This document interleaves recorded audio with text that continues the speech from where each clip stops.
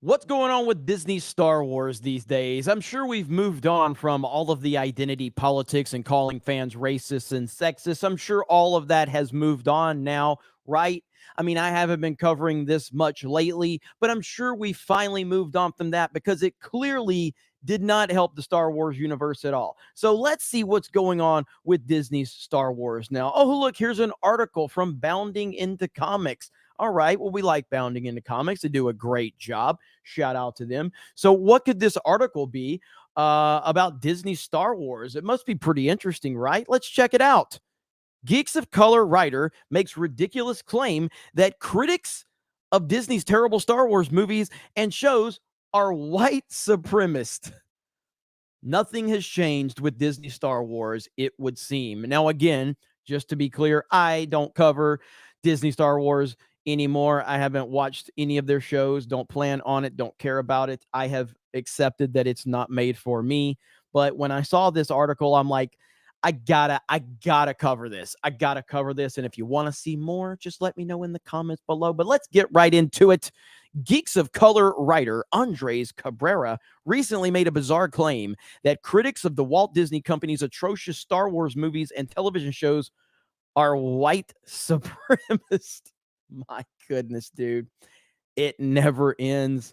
Cabrera took to X to assert his claim, writing, "A lot of people forget that but there is a direct correlation between the white supremacist crowd and the unbridled hatred of the Disney Star Wars sequels." He added, "I saw in real time as they scouted out the Star Wars fandom as a potential haven for spreading their message of hatred. They scouted out the Star Wars fandom. That is projection right there. That is 100% projection because essentially what you're doing is you are accusing fans of Star Wars. You're basically accusing them of being white supremacists. You're also accusing them of scouting out a fandom so they could push their propaganda. That is literally what freaks like this do.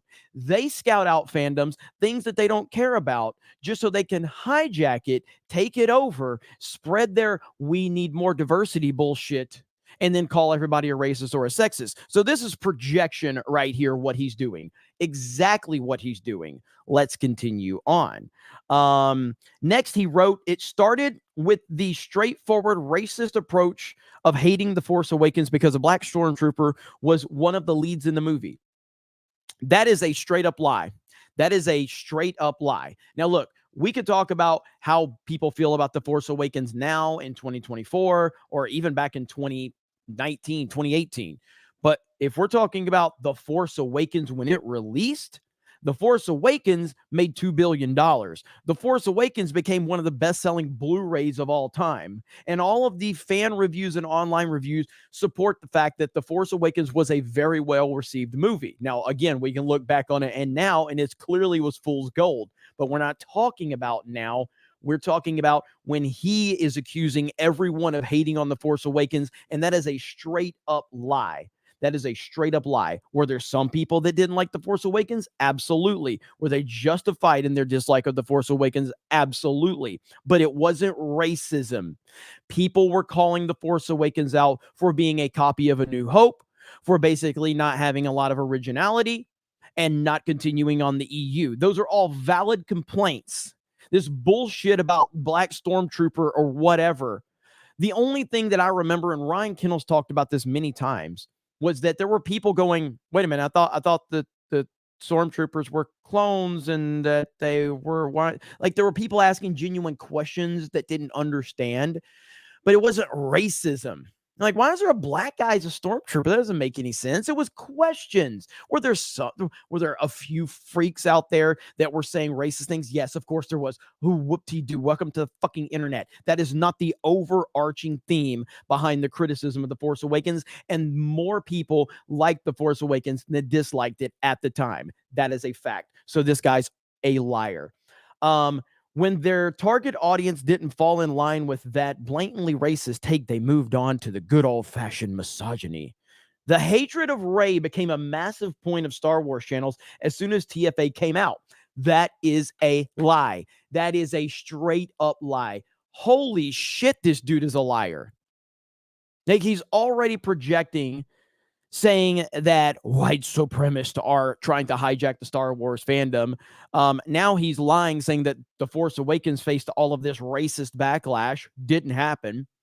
And now he's saying Rey was a target of channels after TFA came out so they could grow their channels. That is another lie. Do you know what was going on after TFA came out? Because I actually, was following it because I'm an actual Star Wars fan, unlike this weirdo. What was happening after TFA was videos being made by Star Wars channels asking and theorizing as to who was Rey. What was her lineage? What was her connection to the Force? What was her connection to the Skywalkers? Also, who is Snoke? What is his connection? Is he Darth Plagueis? Those were the questions. That was what was being discussed, not hatred for Rey.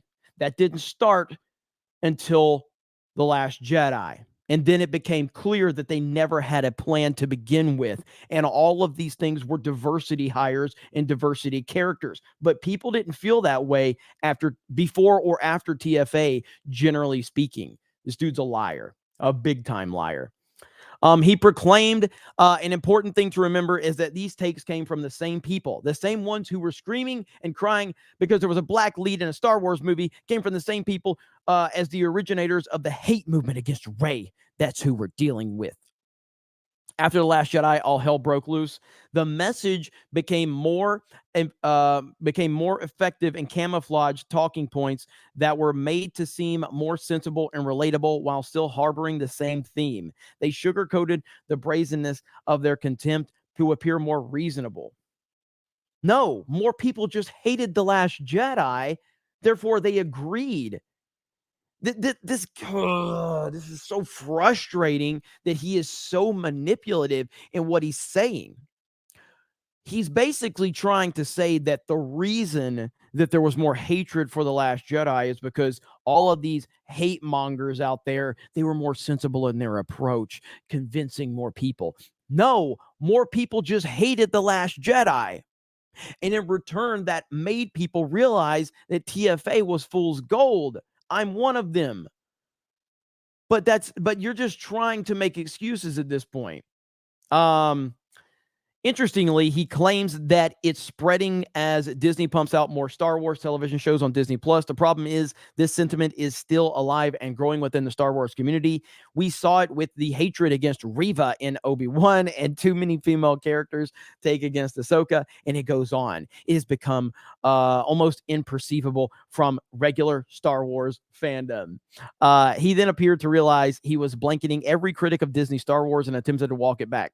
Clearly, I'm not saying a dislike or disappointment of a recent Star Wars project automatically equates to the worst of the fandom. However, there's a distinct bad faith portion of the Star Wars fandom that has become effective in their messaging and branding as just speaking the truth. There is 100% bad faith within Disney Star Wars, and it comes from social justice weirdos like this guy, and they should not be paid attention to. Their criticisms should not be recognized. They should be made fun of and laughed at, if anything, or ignored altogether.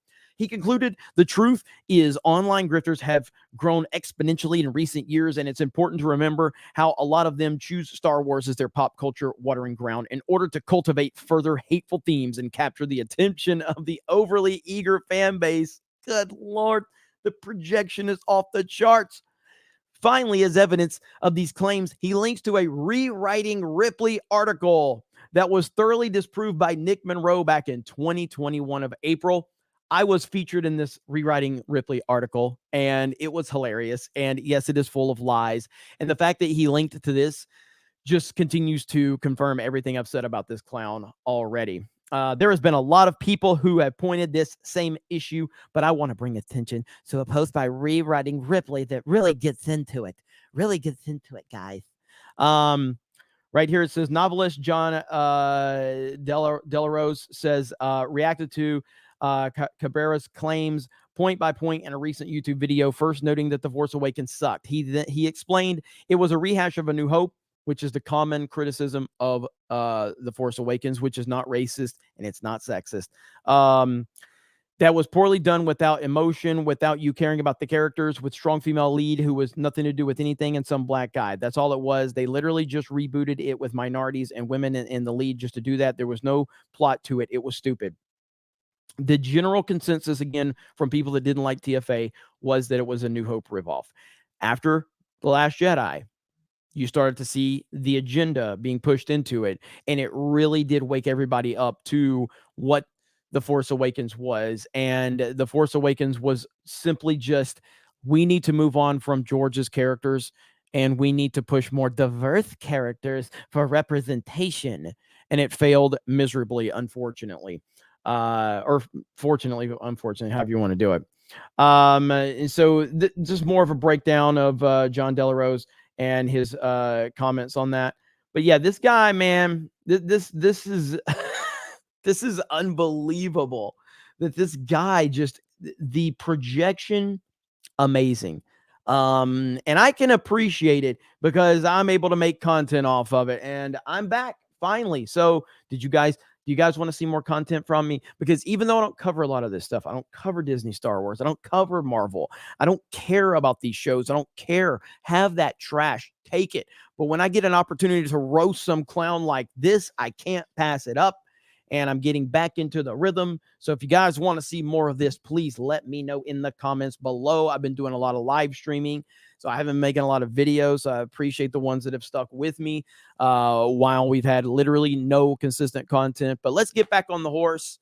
Get in the comments. Tell me what you think. Recommend some videos to me. Tell me what you want me to do, and I will do my best to give it to you, the wonderful audience here of the 199. So you guys have a great day. Thank you very much for checking out this video, and don't forget that Solo lost money. Reylos are weird. Fuck Lucasfilm, and we will talk to you later.